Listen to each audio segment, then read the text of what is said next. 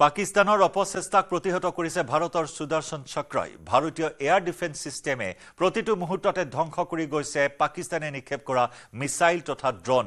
দিল্লী, জম্মু কাশ্মীৰ বিভিন্ন স্থান যিসমূহ স্থানক টাৰ্গেট কৰি লৈছে। দিল্লী, জম্মু কাশ্মীৰ, ৰাজস্থান, পঞ্জাব, হাৰিয়ানাত উদ্ধাৰ হৈছে মিসাইলৰ লগতে ড্ৰোনৰ ভগ্নাৱশেষ। কেইবাটাও দৃশ্য আমি দেখুৱাইছো। এয়া কেইবাটাও দৃশ্য পথাৰত, মানুহৰ ঘৰৰ চোতালত সকলোতে এনেদৰে টুকুৰা টুকুৰ ভগ্নাৱশেষ উদ্ধাৰ কৰা হৈছে। দিল্লী আৰু হাৰিয়ানালৈ লক্ষ্য কৰা পাকিস্তানৰ মিসাইল ফতেহ-2 ইতিমধ্যে ধ্বংস কৰে ভাৰতৰ S-400 সুদৰ্শন চক্ৰই।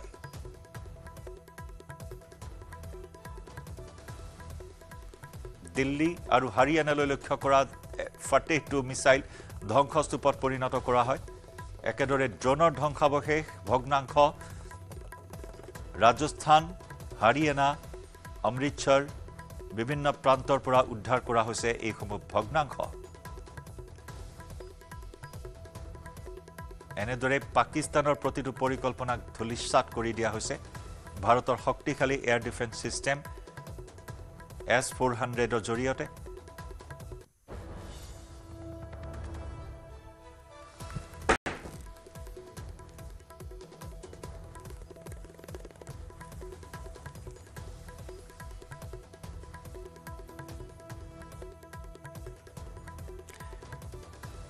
আৰু কোনোফালেৰে ভাৰতক বলে নোৱাৰি এতিয়া পাকিস্তানে সাধাৰণ নাগৰিকক লক্ষ্য কৰি লৈছে। সেই খবৰো আমি ধাৰাবাহিকভাৱে জনাইছো। বিশেষকৈ এতিয়া পাকিস্তানে টাৰ্গেট কৰিছে স্কুল গৃহসমূহক, বিদ্যালয় গৃহসমূহক টাৰ্গেট কৰি লৈছে। বিশেষকৈ ৰাজৌৰীত বিদ্যালয় গৃহৰ ওপৰত আক্ৰমণ কৰাৰ খবৰ আহিছে। একেলগে মঠ মন্দিৰসমূহ, উপাসনাস্থলীসমূহ টাৰ্গেট কৰি লৈছে পাকিস্তানে।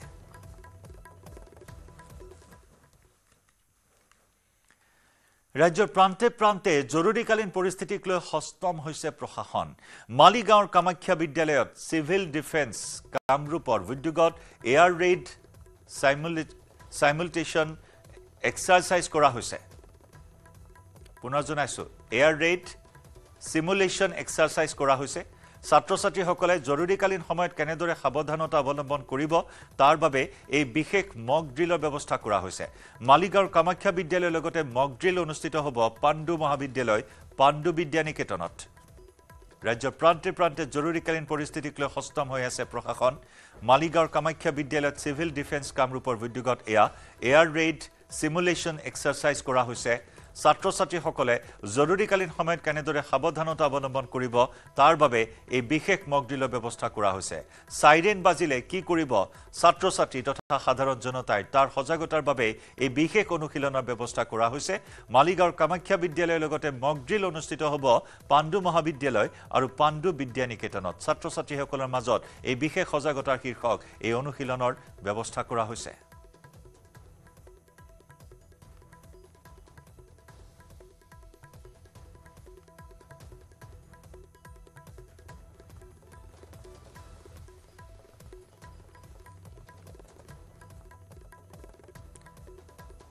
আমি এই মুহূৰ্তত দৃশ্য দেখুৱাইছো। এনেদৰে মক ড্ৰিলৰ ব্যৱস্থা কৰা হৈছে। ছাত্ৰ ছাত্ৰীসকলৰ মাজত এই সজাগতা বৃদ্ধিৰ চেষ্টা কৰা হৈছে। জৰুৰীকালীন সময়ত ছাত্ৰ ছাত্ৰীসকলে কেনেদৰে নিজকে সুৰক্ষিত কৰি ৰাখিব তাৰ এই মুহূৰ্তত অনুশীলন চলাই থকা হৈছে। সতীৰ্থ সাংবাদিক ভাস্কৰ জ্যোতি শইকীয়া আছে পোনপটীয়া সম্প্ৰচাৰত। ভাস্কৰ। নিশ্চয়কৈ জয়ন্ত, আমি পোনপটীয়াকৈ সেই দৃশ্যসমূহ দেখাবলৈ বিচাৰিছোঁ। যিহেতু দেশত আচলতে জৰুৰীকালীন সেৱা ইতিমধ্যে জৰুৰীকালীন অৱস্থা দেখিবলৈ পোৱা গৈছে, জৰুৰীকালীন পৰিস্থিতি আচলতে দেখিবলৈ পোৱা গৈছে। তাৰ প্ৰতি আচলতে সষ্টম হৈ পৰিছে প্ৰশাসন। আৰু ইতিমধ্যে ৰাজ্যৰ যিসমূহ বিভিন্ন বিদ্যালয় আছে, বিদ্যালয়সমূহত গৈ আচলতে যি চিভিল ডিফেন্স আছে, চিভিল ডিফেন্সৰ লগতে আৰক্ষীৰ বিভিন্ন দলসমূহ আহি তেওঁলোকক, ছাত্ৰ ছাত্ৰীসকলক বিভিন্ন ধৰণৰ তেওঁলোকে প্ৰশিক্ষণ দিয়াৰ ব্যৱস্থা কৰিছে। এয়া আমি দেখুৱাইছোঁ। এয়াৰ ৰেইড চিমুলেশ্যন এক্সাৰচাইজ ইতিমধ্যে তেওঁলোকে আৰম্ভ কৰিছে। মই কামাখ্যা বিদ্যালয়ত উপস্থিত আছোঁ। কামাখ্যা বিদ্যালয়ৰ পৰা আমি পোনপটীয়া সম্প্ৰচাৰযোগে দেখুৱাইছোঁ যিসকল ছাত্ৰ ছাত্ৰী আছে যাতে যিকোনো ধৰণৰ জৰুৰীকালীন পৰিস্থিতি হ'লেই তেওঁলোকে নিজৰ সুৰক্ষাৰ ক্ষেত্ৰত সুৰক্ষাৰ দিশটো সুনিশ্চিত কৰিব পাৰে। কেনেদৰে তেওঁলোকে বাহিৰলৈ ওলাই আহিব বা কোন সময়ত তেওঁলোকে কেনেদৰে ব্যৱস্থা গ্ৰহণ কৰিব, সেই সকলোবিলাক বিষয়ৰ পৰা তেওঁলোকে আচলতে বৰ্তমান প্ৰশিক্ষণ দি থকা হৈছে। অঞ্জন আছে, অঞ্জনে ইতিমধ্যে পৰিৱেশ পৰিৱেশ দেখুৱাই আছে আমি সেয়া ইতিমধ্যে কৈছোঁ যে ৰাজ্যত যিহেতু বা দেশত যিহেতু জৰুৰীকালীন অৱস্থা দেখিবলৈ পোৱা গৈছে আৰু বিভিন্ন আচলতে যিহেতু যুদ্ধ ইতিমধ্যে চলি আছে আৰু ইতিমধ্যে এই যিসকল ছাত্ৰ ছাত্ৰীসকল আছে বা বিদ্যালয় মহাবিদ্যালয়ৰ লগতে যি মঠ মন্দিৰসমূহ আছে মঠ মন্দিৰসমূহতো আচলতে এনেকুৱা ধৰণৰ জৰুৰীকালীন যিসমূহ পৰিস্থিতি আছে পৰিস্থিতিৰ সৈতে যাতে মোকাবিলা কৰিব পাৰে তাৰ বাবে তেওঁলোকে বিশেষ ব্যৱস্থা কৰা দেখিবলৈ পোৱা গৈছে এয়া আমি পোনপটীয়া সম্প্ৰচাৰযোগে আমি দেখুৱাই আছোঁ কামাখ্যা বিদ্যালয়ৰ পৰা আমি দেখুৱাইছোঁ তেওঁলোকে যিকোনো সময়ত যদি কোনো ধৰণৰ বোমা বিস্ফোৰণ হয় বা ব্লেক আউট কি বা এয়াৰ ৰেড চিমুলেশ্যন এক্সাৰচাইজ কি হয় সকলোবিলাক তেওঁলোকক তন্নকৈ বুজোৱা হৈছে যাতে তেওঁলোকে এই জৰুৰী সময়ছোৱাত যাতে তেওঁলোকে এই যিখিনি তেওঁলোকে ল'বলগীয়া সাৱধানতা আছে সেই সাৱধানতাসমূহ তেওঁলোকে ল'ব পাৰে আমি পোনপটীয়াকৈ কিছু দৃশ্য দেখুৱাই ল'বলৈ বিচাৰিছোঁ ইতিমধ্যে অঞ্জন দেখুৱাই আছে আৰু কিছু দৃশ্য দেখুৱাম কেনেদৰে তেওঁলোকে ব্যৱস্থাসমূহ গ্ৰহণ কৰিব বা কেনেকুৱা ধৰণে তেওঁলোকে জৰুৰীকালীন অৱস্থাত সাৱধানতা অৱলম্বন কৰিব তাৰ কিছু পৰিৱেশ দেখুৱাই লৈছোঁ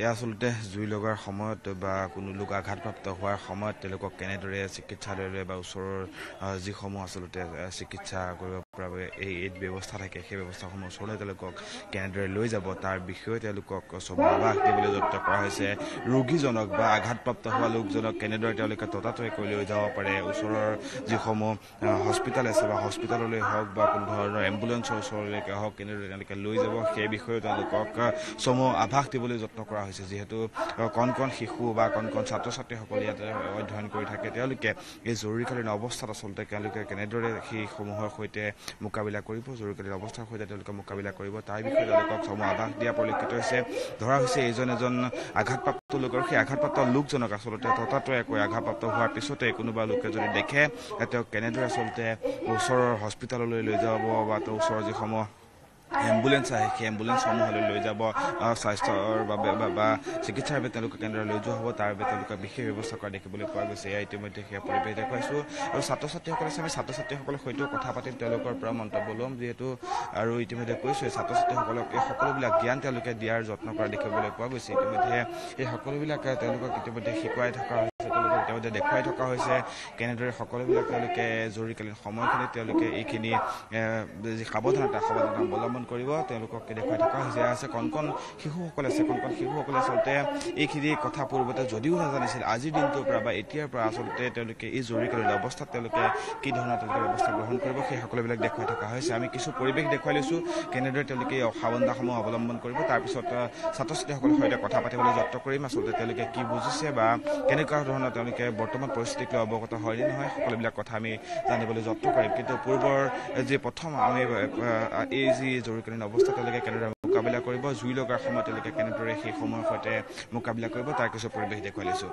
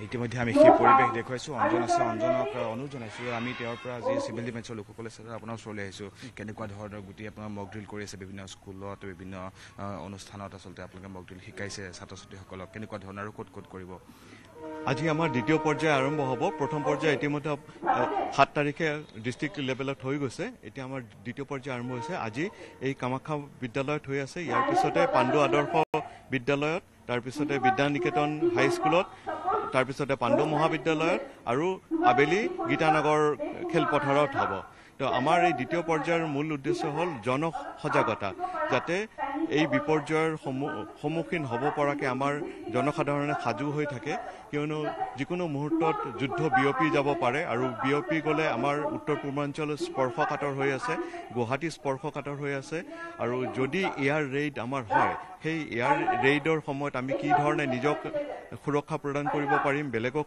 সুৰক্ষা প্ৰদান কৰিব পাৰিম তাৰ বাবে আমাৰ আজিৰ এই দ্বিতীয় পৰ্যায়ৰ আমাৰ মক ড্ৰিলবোৰ আৰম্ভ হৈছে আমি আশা কৰিছোঁ যে এই বিস্তৃত যে আমি কাৰ্যসূচী হাতত লৈছিলোঁ ইয়াৰ ফলত গুৱাহাটীৰ প্ৰতিজন নাগৰিকে শিশুৰ পৰা আৰম্ভ কৰি বৃদ্ধলৈকে প্ৰত্যেকে এই কৌশলবিলাক গম পাব নিজক জৰুৰীকালীন সময়ত নিজক সুৰক্ষিত কৰিব পাৰিব বেলেগক সুৰক্ষা প্ৰদান কৰিব পাৰিব নিশ্চয় আচলতে সকলোবিলাক কথা তেওঁলোকে কৈছে যিহেতু ছাত্ৰ ছাত্ৰীসকলক লৈ তেওঁলোকে বিশেষ এই মক ড্ৰিলৰ ব্যৱস্থা কৰিছে ইতিমধ্যে ছাত্ৰ ছাত্ৰীসকলে যাতে ইতিমধ্যে কৈছোঁৱে যে ছাত্ৰ ছাত্ৰীসকলে যাতে তেওঁলোকে যি বিপৰ্যয়ৰ সময়ত বা তেওঁলোকৰ যি এই জৰুৰীকালীন সময়ত তেওঁলোকে সাৱধানতাসমূহ নিজেই অৱলম্বন কৰিব পাৰে কোনো লোকৰ সহায় নোলোৱাকৈ আচলতে তেওঁলোকে যাতে নিজেই সাৱধানতা অৱলম্বন কৰিব পাৰে বা আনকো তেওঁলোকে সহায় কৰিব পাৰে ভাস্কৰ আমি এই মুহূৰ্তত ধন্যবাদ জ্ঞাপন কৰিছোঁ আপোনাক আমি খবৰৰ ধাৰা অব্যাহত